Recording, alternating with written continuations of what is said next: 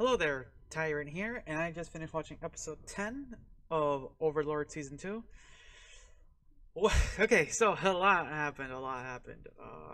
So Ains has come to see Sebas and really put him through the ringer, in the sense of testing him in his loyalty and stuff. He was literally asked to kill the girl he saved, and without so much as hesitation, he does it. And this proves to Ains that he's loyal and that he was never going to betray him. He, what was interesting was as I was reading through a lot of the messages on all the posts on the episode prior to this, a lot of people were kind of complaining in a way that who is right was Sebas or Solution right in holding back information in contacting Ains, and a lot of people have felt some things were not right.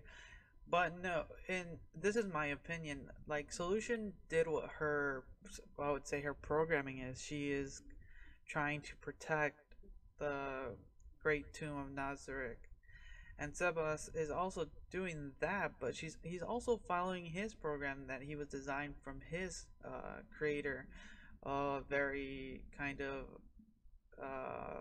protective heavy person. So to say that either of them were wrong is not really true. They're each following their own programming, but also evolving who they are. And that's what kind of led to the scene of kind of Seba's loyalty test. And wow, it gets really intense. He literally almost kills her. If it wasn't intense, she would have been dead. Um, to where we kind of, after the whole little test thing, um, um, Sebas and Sura kind of just have this conversation that he's not sorry. He does not feel sorry about what he did. He just feels that he screwed up because he could have done it in a different way and things could have not been in this situation. But she was more than willing to die for him. That's how much she appreciates the guy who saved him. And we learned that she still had a shitty life even prior to that. Not as shitty as it was prior to it, because she had a shittier life after that. But we learned that yeah, she's willing to give up her life for him no matter what. And like, oh shit. Or it's a form of Stockholm syndrome too. Well, she wasn't kidnapped. Well, I don't know. But yeah. So we also learned that this character, Sura, is actually the older sister of that one chick character from season 1, that mage girl. And that Ains is willing to put his name on the line to protect, like put her under his protection, out of paying back the debt of what the younger sister did. And like, oh shit, okay, so that's what's happening here. Interesting, interesting. That's cool. Didn't see that one coming, but sure.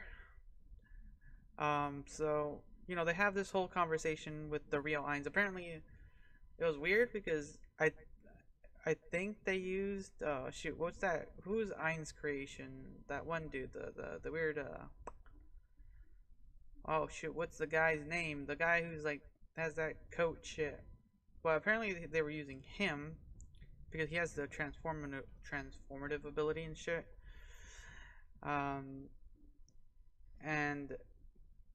to test him, that's more than enough to kind of like put on ease and stuff like that. And now, it was interesting is like Demirgus and Sebas' conversation. They did a flashback on their creators and how they interacted. And this was mentioned before on how Shaltir and shit, not Made. What the fuck's the other character's name? Fuck. can't remember off the top of my head, but how their characters interact, and there's another time how these characters and Ains is just like happy with that. So first half of the scene is like really intense, and finally get a little bit more Ains and all the members and kind of what we want.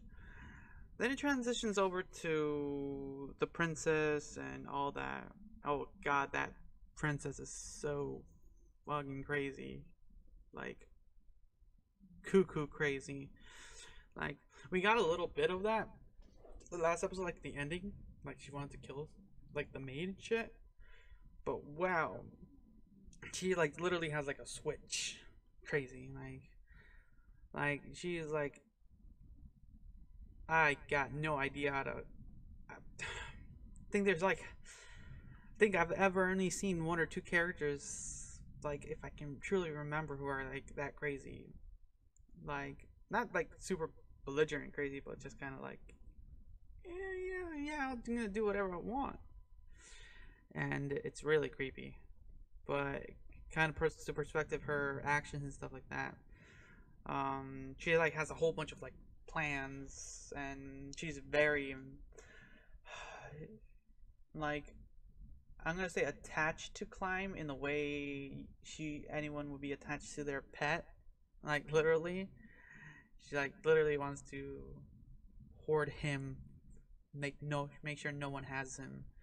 Like shit, that's creepy. Like she literally mentioned chaining him up and shit. Like, oh, okay. She even has this like plan to marry him, have her marry another royal to be able to shit and everything. Like, holy shit, what the fuck's happening here? Sure. But yeah, like fuck, man, it's crazy. So, but they're getting ready for the raid, so it's just about time to get ready to attack this organization and stuff like that. But then it ends with Sura being kidnapped by those people that we saw at the end of the last episode, and Sebas was just about to go and kind of do his own thing again until Solution reminded him, like don't do anything like too hasty. Remember what Lord Ains said, and now he has the backing of his superior. He's like willing to do. But what's interesting is, Ains is like, like after hearing this, he asked the higher ups, to get everyone ready, get some troops ready to go help Sebas and save her. What was interesting was how what the fuck's her name now? We haven't seen her in so long. I can't remember her name off the top of my head. Shoot. The leader of the Guardians, what's her name? It's gonna bug me. Albedo. Yeah, that's her name. Yeah, that's her name. It took me forever. But, she's really, like, we know Demirius is kind of, was, like, extremely, like, has negative feelings against humans, so his actions are, and Albedo's the same way. But she for sure was willing to go against Lord Ains' wishes in the beginning. She was putting her thoughts, why should we do this and stuff like that. But what's interesting is that, like, it ended in a way that, like, I didn't think she was gonna, react. She's programmed to be in love with Ains, and at this point, she's kind of feeling like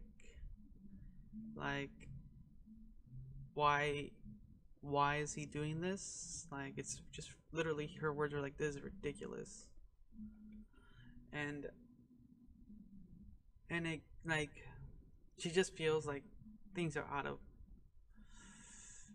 things are just like not what they're supposed to be, I would say. It's just weird. I need more context, because we haven't seen her so long. She's just been kind of doing her own thing, and like you can see she's like been doing shit. So yeah, I'm gonna leave it at that. There's so much to debrief. Like normally, like I said, I normally would have done it, but I watched this episode twice in a row just to kind of get it fully in. So yeah, I'm gonna leave it at that. So thanks again for watching. Until next time.